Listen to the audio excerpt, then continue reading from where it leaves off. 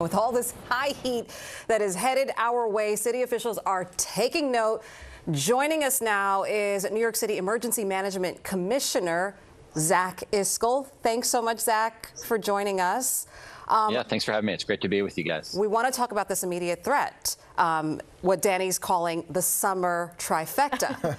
What are your major concerns when it comes to the heat? And we're talking about these severe storms and air quality all converging in one day. Yeah, so this is the new normal, and I appreciate you guys covering weather. We are definitely living in a time of extreme weather. Last year was one of the hottest years on record, according to the National Weather Service. We're entering thunderstorm season, flash flood season, coastal storm season, hurricane season, heat. So these are all things that we as a city are constantly preparing for.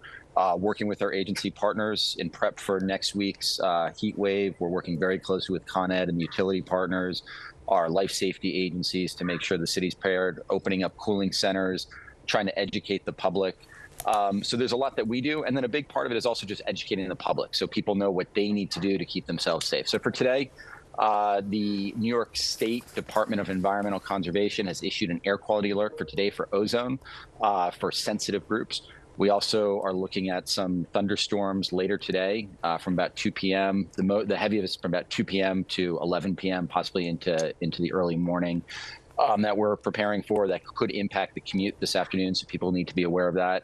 And then next week with heat. Heat is one of the biggest killers in New York. We lose an average of over 350 New Yorkers a year to heat and heat-related illnesses. It's something that people need to take very, very seriously. If you have air conditioning, set it to low cool. We try and encourage people to keep their dwellings to about 78 degrees. They're not stressing the grid, which is a big thing that we need to be concerned about, that we don't have brownouts or power outages.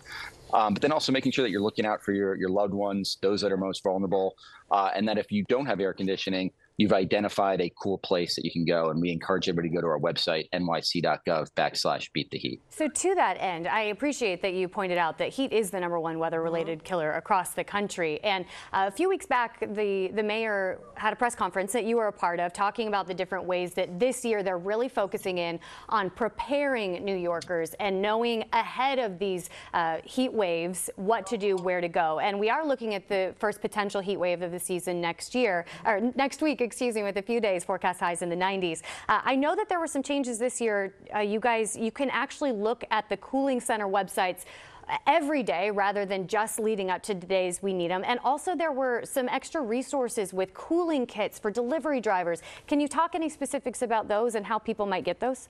Yeah. Absolutely. So we have a cooling center finder. Again, if you go to nyc.gov/beattheheat, you can find that map. But we also are encouraging people to not just look at those cooling centers, but cool spaces, right? Think about places you can go during periods of high heat: museums, malls, coffee shops, movie theater, places that have air conditioning. And so think about not just cooling centers, but cool spaces and cool options. We're also doing a pilot program where we're distributing cool kits that have things like sunscreen, electrolytes, water, cooling towels to delivery workers, day laborers, people who work outside.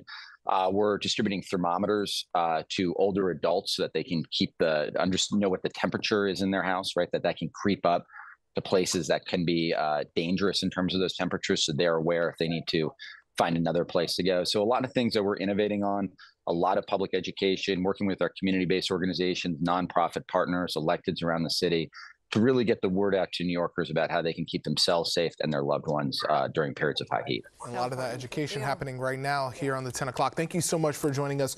New York City OEM Commissioner Zach Iscol.